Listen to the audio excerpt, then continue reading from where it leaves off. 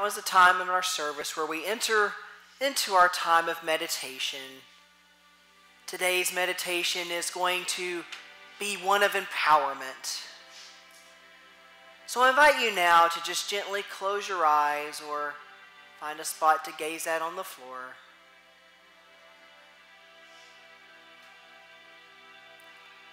Just begin to feel comfort in the seat that supports you.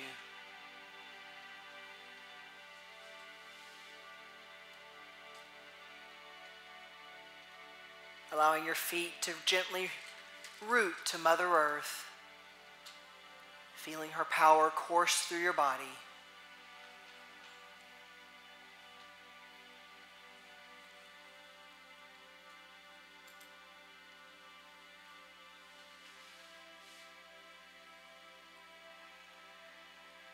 And I now invite you to bring your mind to the center of your body,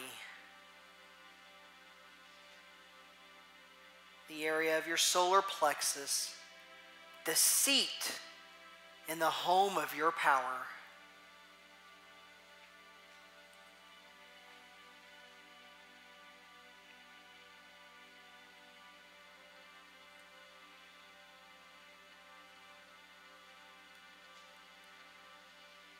Deepening your concentration on this place and sending your breath deep into the belly.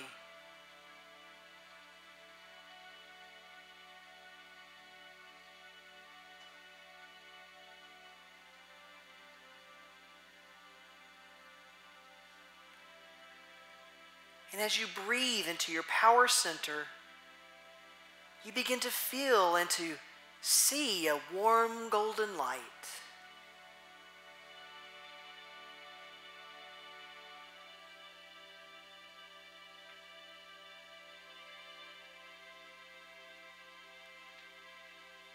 And in this light, you feel power and strength, beauty and courage.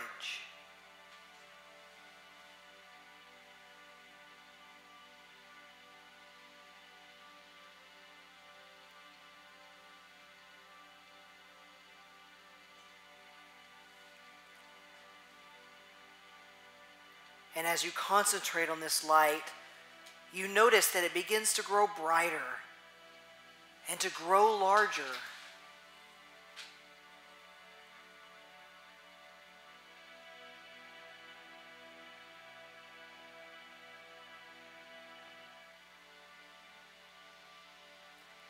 And as you watch the light glow brighter, it begins to fill your entire body, surrounding you with warmth and love. The light of the universe is shining through you in all of its beauty and glory.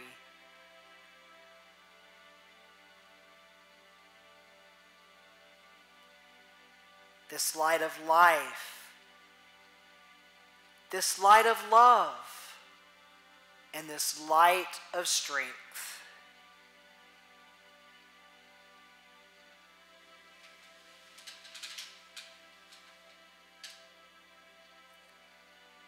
You feel yourself glowing with the light of 1,000,000 suns.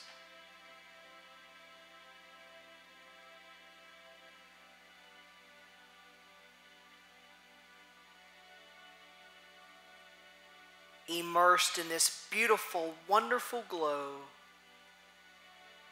you realize that this light has always been inside of you. This wonderful glow of strength, beauty, and courage. This light of the entire universe has always existed within your soul.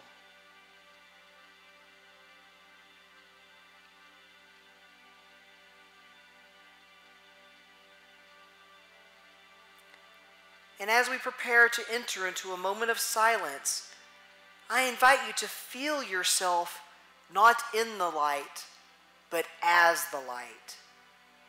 Feel yourself and know yourself as the power of the universe as we enter into our period of silence.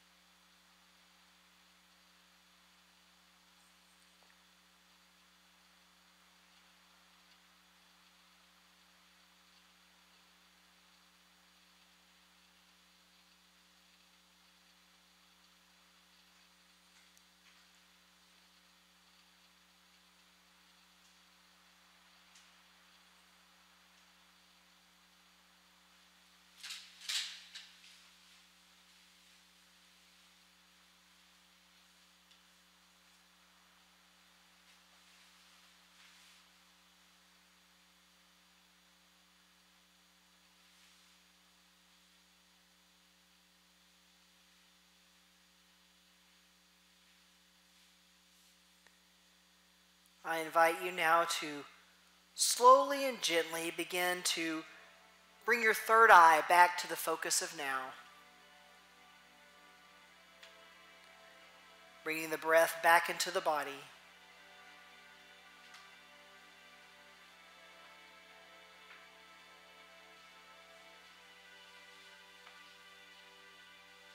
Observing as the glow of the universe moves back into your core center until it is again in a small glow.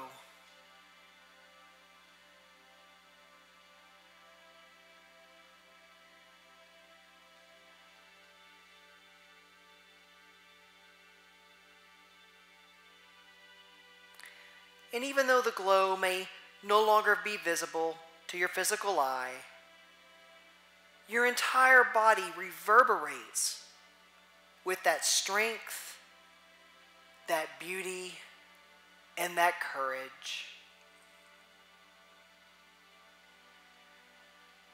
And as you continue to bring your presence back to the here and now, you carry with you and you know that the power of the entire universe lives inside of you now and always. And so it is. Namaste.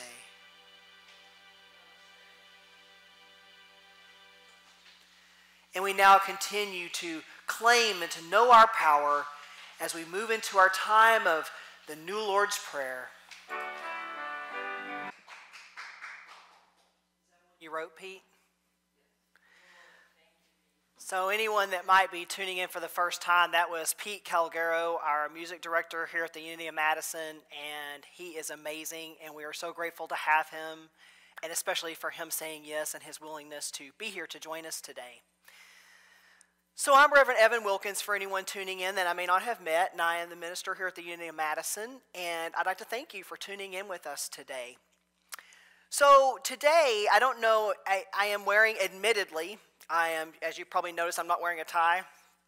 And people that come to this church kind of know how I am, and those of you who are tuning in, you kind of know how I am with the different clothes I might decide to wear. Jeans, t-shirts, hey, the sky's the limit. But today I wore a t-shirt that says, and you probably can't see it from home, but it says, "Love is my superpower." And love is a strength and a superpower that I have decided that I'm going to focus on this week. So if I feel myself feeling a little down or a little uncertain, maybe a little fearful, I'm going to remember that love is my superpower.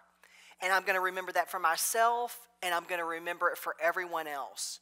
So I invite you to do something similar with yourself this week. Pick a phrase, maybe it's strength or power or fearlessness, whatever it is, and make that your superpower for this week.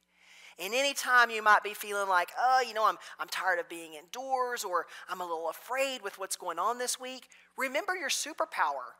Remember that for yourself and send it out to everyone on the planet and be that superpower for the week. It really helps, and it kind of helps soothe some fears or uncertainty that you might, or that we all might be feeling right now. So to start the service this morning, I have a little secret that I wanted to let everybody in on. So is everybody ready to hear it? Does everyone promise to keep it to yourselves? And that doesn't go for just Josie and Pete today. That goes for all of you watching from home. Do you promise that you're going to keep it to yourself? Okay, well, Josie said no. But anyway, I'm going to trust that you all will. So if you're ready, just lean in a little bit closer to your computer screens. Everybody lean in. Okay, the secret is that life has suddenly changed. Oh, okay. Maybe that wasn't really a secret. Maybe am I not the one that let the cat out of the bag? Okay.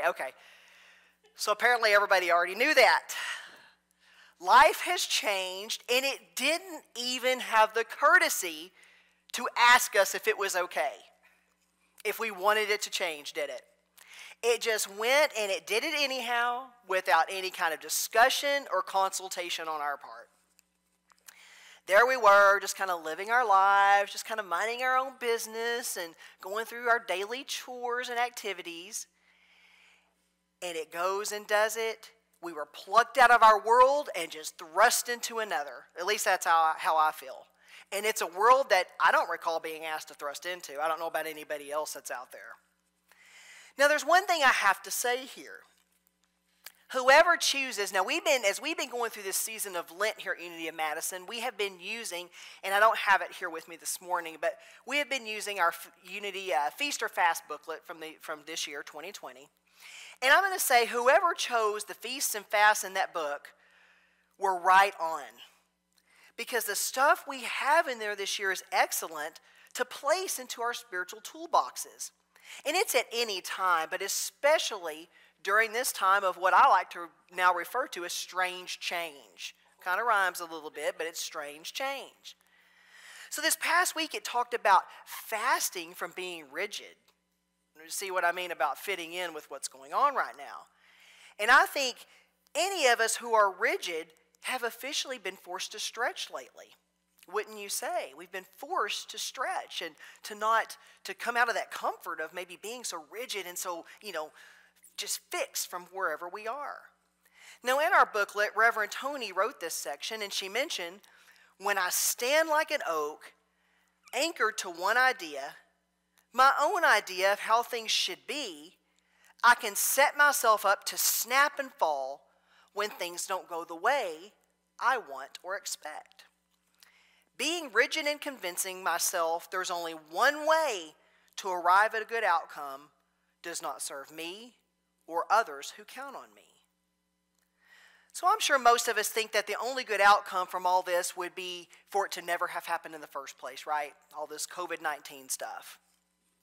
Many of us would be like, well, I'd rather just kind of be rigid than have to go through, be forced to change in that way. And if you're like me, you may have often thought things needed to change somehow, but could have probably thought of 100 different ways to accomplish this change, without one of them being via a pandemic. But even pandemic aside, however, I think most of us can take a look at certain aspects of our lives and find that we've probably oftentimes been a bit more rigid than we perhaps needed to be. And that could be with change. Maybe we've been rigid against change and kind of, again, having our feet planted, our feet just stuck in one spot saying, no, I don't want to change. But maybe we like the way things are, or things were. Maybe when we think back to the good old days and wish things were still the way that they were then. Maybe we fear that change because we don't like to sit within uncertainty. Or we don't like to sit with those feelings that can often accompany the feeling of being uncomfortable. I know I certainly don't a lot of the time. I like to know what's right around the corner. I don't like to be kept in this little state of mystery here. But as a result, when we do that, we cling. We cling to what was and what it is that we know. But things change for a reason. I don't have to tell you that. We all know that things change for a reason. Sometimes it's because things can't keep going the way that they are or the way that they were. Look at churches. Look at church right now. It even happens in churches. Maybe growth becomes stunted or attendance starts to rapidly decline in a church. I mean, even right now, churches are stepping up and they're being forced to find different ways to hold and to expand church. We certainly weren't asked as a group of churches if this is what we wanted to do. It's happening, and I feel like it's likely happening for a reason. While online streaming can't really ever take the place of face-to-face interaction, I get the feeling that many churches from this point forward will continue to use various forms of technology to grow and to expand, to move beyond church walls, and to perhaps even take our message out beyond our walls, and to perhaps bring and reach more people, bring more people into the door, to grow and to retain new people. But as we all know, it moves beyond churches, doesn't it? Institutions, communities, families. Often a dramatic force change is required to move us beyond that feeling or that being rigid, that rigidity. Otherwise, change might not ever happen. We may feel a great deal of fear with certain changes. when we are called upon in some way to learn to bend and to stretch, even beyond that place that might be uncomfortable. I know I've had to do that a lot with yoga. You know, I've been doing a 100-day challenge of yoga, and let me tell you, my rigidity has started to change a little bit. There are some of those poses where I'm being forced to stretch and bend in ways I never knew my body could. But it has made a world of difference in the way that I feel and in my flexibility. The main thing is that we need not be afraid with change. It's not within our divine nature to be afraid. We can feel that fear and we can allow that fear to come. That's okay, but we need not be afraid. Now the Bible in Joshua 1:9 reminds us, "Have I not commanded you? Be strong and courageous. Do not be afraid. Do not be discouraged. For the Lord your God will be with you wherever you go." No matter what is happening to pull us out of that place of rigidity, we must never forget that God is still there within. It's not happening with the universe standing here and you over here. It's happening together within and within all of us as one. So how in the world can we learn to bend more? To maybe allow ourselves to bend in such a way we can more easily flow with possibly drastic changes that life throws our way. Now in the booklet, Reverend Tony mentions using resilience. Resilience in assisting us in moving beyond rigidity. She states, "When storms rage around me, a helpful image is to think of a weeping willow tree.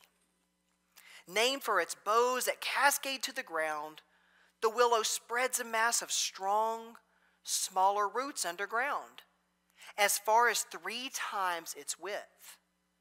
While destructive winds may cause the branches to sweep the ground fiercely, they are resilient and the roots hold tight.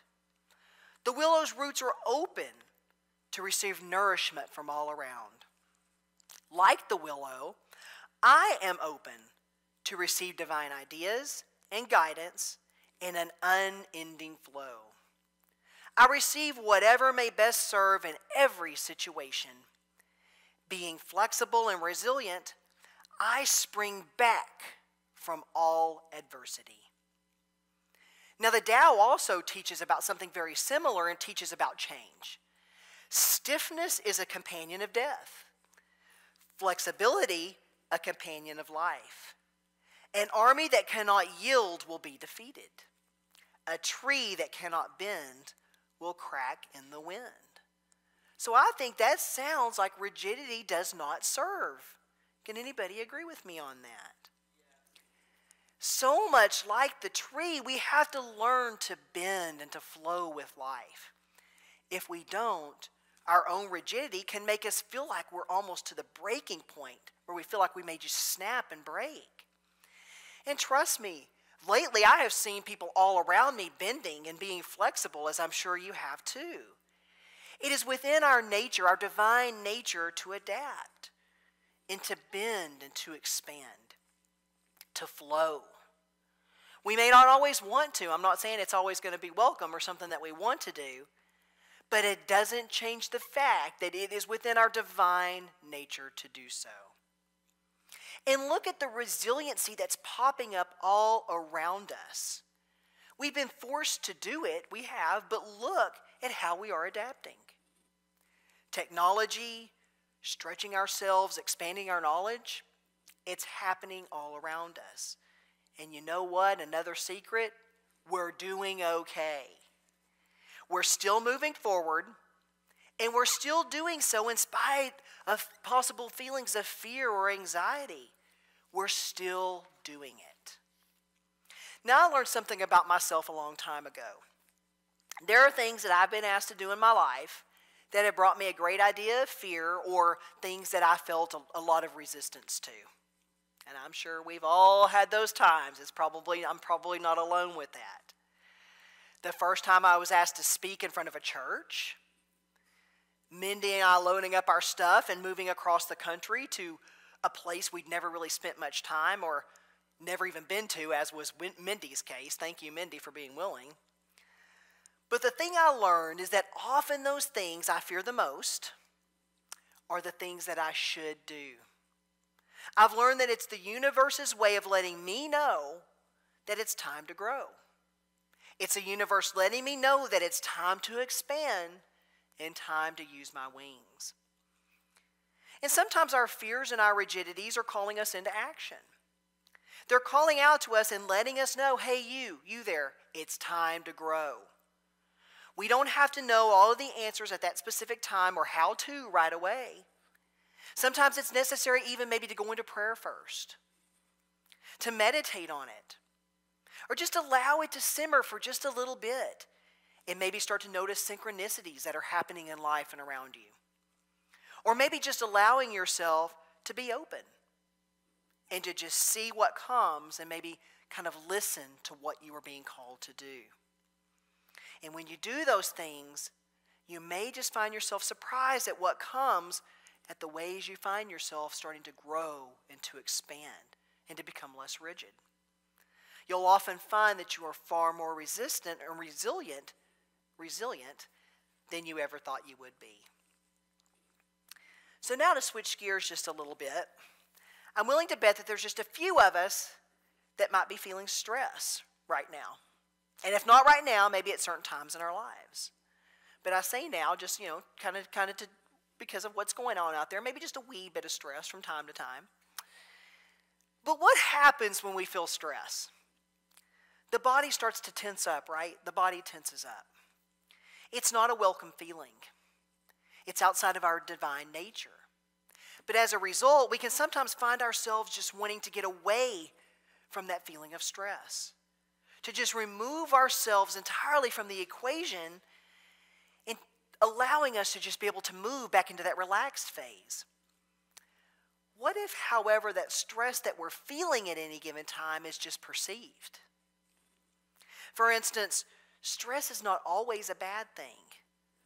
Sometimes stress is the universe's way of telling us, hey, whatever it is you are doing isn't good for you. Back off and find those things that are good for you. In that instance, stress is kind of offering us a level of protection there, just a little bit. Many times, though, we aren't stressed because of protection or those types of situations. Many of us may be stressed from not being able to go back to our normal lives, so maybe it is something kind of external that's going on. We may be feeling trapped in the house right now, cut off from our coworkers, our friends, our families. However, we can always go back to what it is that's true in this moment. Think about it for just a moment. What's true right now? That's the question to ask yourself anytime you're feeling stressed. What's true right now? Is me sitting in my home right now or here at the church in my situation, even though I feel like I might be going stir crazy, any reason to feel stressed? There's a lot going on out there right now. I don't have to tell you that there's a lot going on outside those windows right now, but what about inside here? So I want to ask you to join me for just a moment if you're willing, and let's just close our eyes for just a moment. And let's just breathe for a moment. Nothing forced, just whatever is comfortable for you. Just close your eyes and just breathe in and just breathe out for just a moment. Just like our song that we sing here at Unity in Madison, nowhere to go and nothing to fix. We know this and we just breathe into this moment.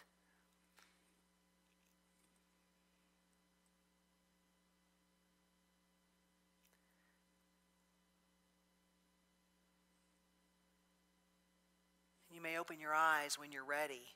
Sometimes that's what we need to do when we're feeling those things such as stress and fear and things that just don't serve our highest good.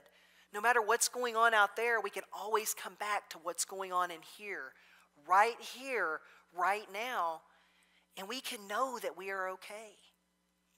And as we do, we can begin to allow ourselves to move into this moment that is, this moment of serenity. Anybody remember the serenity prayer? God, grant me the serenity to accept the things I cannot change, courage to change the things I can, and the wisdom to know the difference. We can't always on a whim change what's going on out there.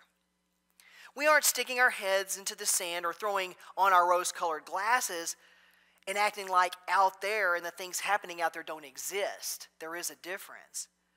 But we can change what's going on in here, can't we? We can change what's going on inside. Back to our serenity prayer. What is serenity? Serenity is peace in the face of conflict. Whether that conflict is spiritual or something physical. Serenity is peace in the face of conflict. In our Feasting and Fasting booklet, Reverend Rick says this about serenity. God-given serenity empowers us to accept those things that are out of our control.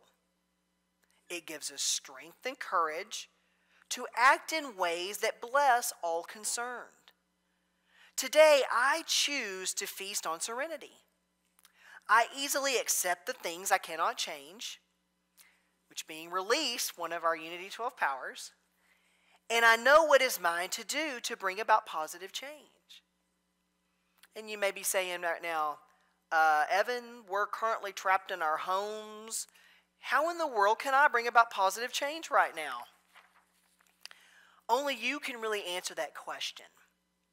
But I will say this. You are divine, right? There's no argument with that. You are divine.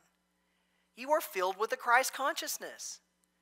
You are already, just by acknowledging and knowing those things, making positive change. Simply by knowing this and by stepping up to the plate and claiming this, you are making positive change. Another way to make change is to become aware of how you are feeding the collective consciousness. For instance, is this a time to truly be fearful and to send that fear out to everybody on the planet, walking around in a constant state of panic? Or is this a time to claim your divine nature? To yell out, I am, and to know. As Myrtle Fillmore once did when she stated, I am a child of God.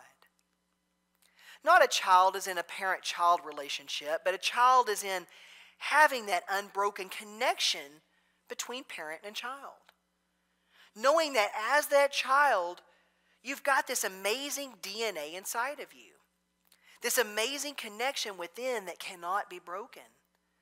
This amazing connection to the divine or to God, whatever term you use for it. That is just as much a part of you as you are of it. It is in that we rest and relax and release. It is in that knowledge where we experience true serenity and where we know, I am a child of God. I remember, this is kind of back from my traditional days, and some of you may have heard it, but there was a story, and some of you may know it, it's called Footprints.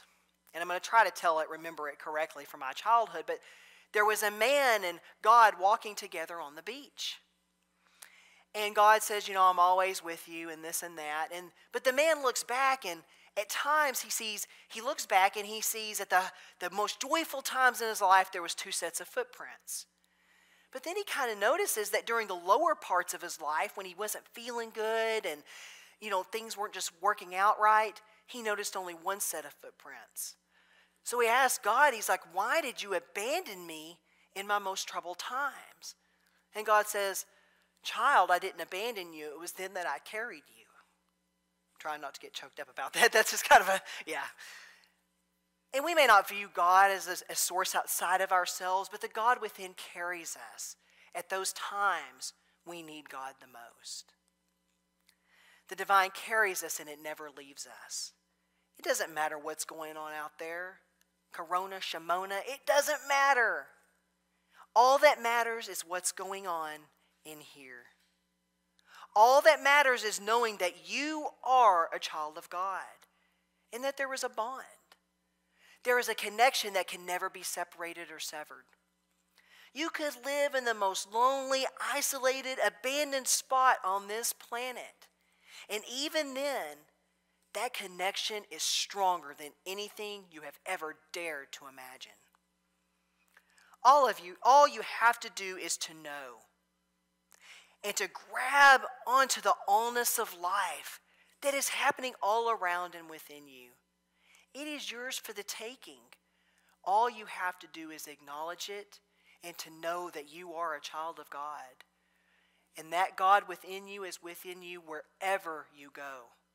Even now, even amongst what's going on outside of our windows right now, you are a child of God, and that God is within. Namaste.